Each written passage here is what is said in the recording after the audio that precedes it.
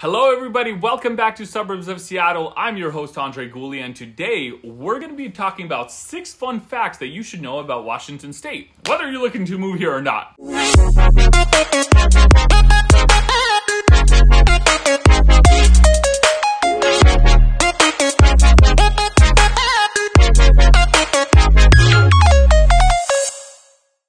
Let's kick it off with the first one. Our nickname is the Evergreen State, and on November 11th, 1889, Washington actually became the 42nd state to enter the Union. And it's the only state that was named after a president. I'm sure you could guess which one. But the nickname actually came from a man by the name of C.T. Conover. And funny enough, he was a real estate agent, such as yours truly, and he was also a historian, and he nicknamed it the Evergreen State simply because of the sheer amount of evergreen trees that you have here. I mean, according to one study in 2016, the whole state is about 52.9% covered by trees, and most of them evergreen trees. So that's where the nickname came from.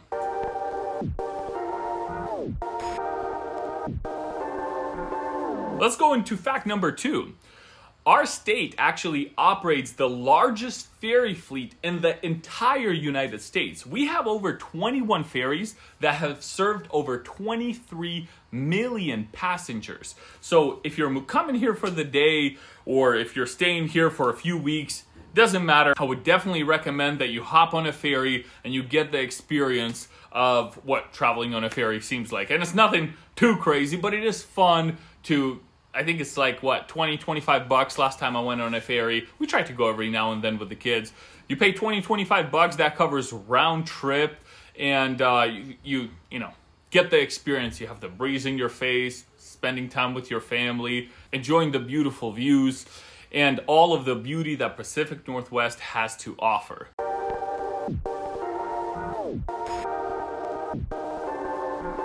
Moving into fact number 3, Washington State actually is the largest producer of apples in the entire United States. I mean, to put it into perspective, if you take all the apples that are harvested in Washington each year and you put them side by side, they would circle the earth 29 times. We have apple orchards everywhere. You'll drive and you'll see, you pick apples, you pick pumpkins, you pick this. Apple orchards are everywhere, along with other vegetables or berries that you want to pick. So like I said, we have you pick farms everywhere. And a fun fact is our apples actually go out to 60 countries worldwide. So if you're watching this video from Germany, munching on a nice crisp honey crisp apple, it probably came from Washington State. So you're welcome.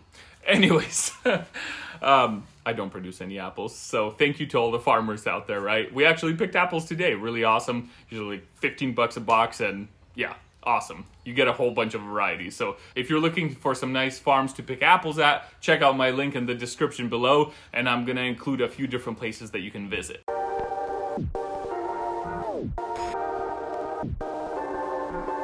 And in addition to apples, another fun fact is we're the second largest wine producing region in the entire US.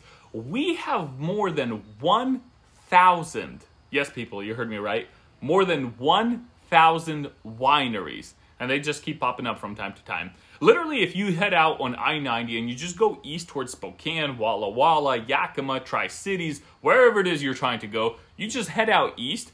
Guarantee you're going to bump into wineries along the way. One nice one that we've been to is actually one out in Lake CHELAN. Lake CHELAN is a beautiful lake. I talked about it in one of my earlier videos. Everybody goes out there for boating, water skiing, right? Just summer activities. And Lake CHELAN has plenty of wineries that you can check out as well. They usually overlook the lake, and you have this really nice serene feeling. Really, it's just peaceful. I want to go back now, pretty much. Beautiful over there. Definitely would recommend to check out the wineries around Lake CHELAN and anywhere out in eastern Washington.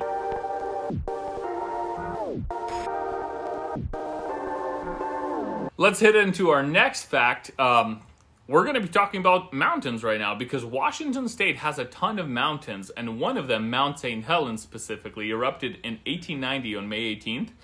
At that time, it was the 5th tallest peak in the state, and upon its eruption, it became the 35th tallest peak.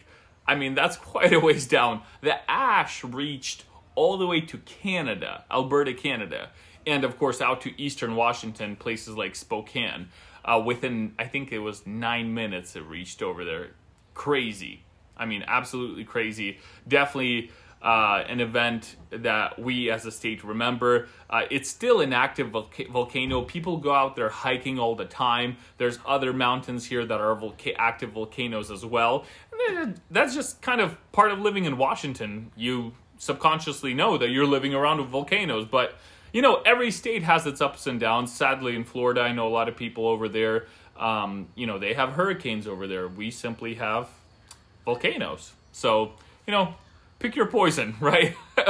But thankfully, there hasn't been any eruption as of late, and hopefully we're not looking forward to any coming soon.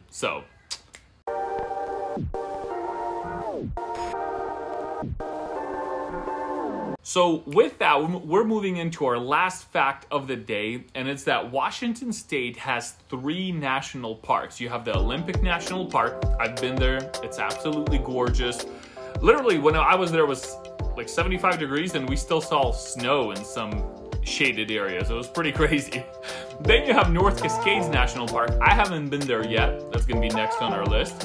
And you also have Mount Rainier National Park. I have been there as well. Absolutely gorgeous. There's tons of hikes over there that you can do.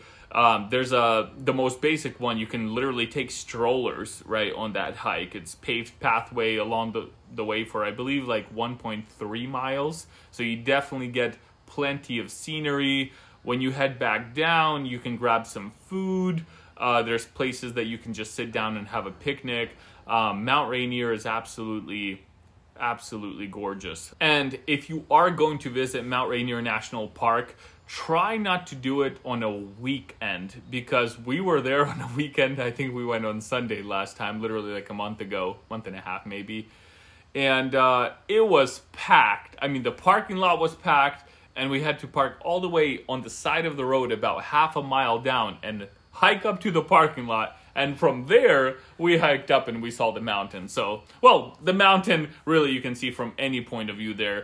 But still, it was quite the hike, half a mile steep climb with 2 kids in tow, right? So, definitely come on a weekday if you can. Fun fact about Olympic National Park is they actually have some programs, I believe they're in the summer, where you can head out there at night, and there's some park rangers over there with telescopes, and they basically give you a tour, and you look into the telescopes and you check out the stars. It's a pretty fun program that they offer, and if you're here for a little while, I would definitely try to book it. I believe it's a summer program only. I'll have to double check. But if you are here, definitely check out Olympic National Park, check out Mount Rainier National Park, and hey, maybe we'll go check out North Cascades National Park together.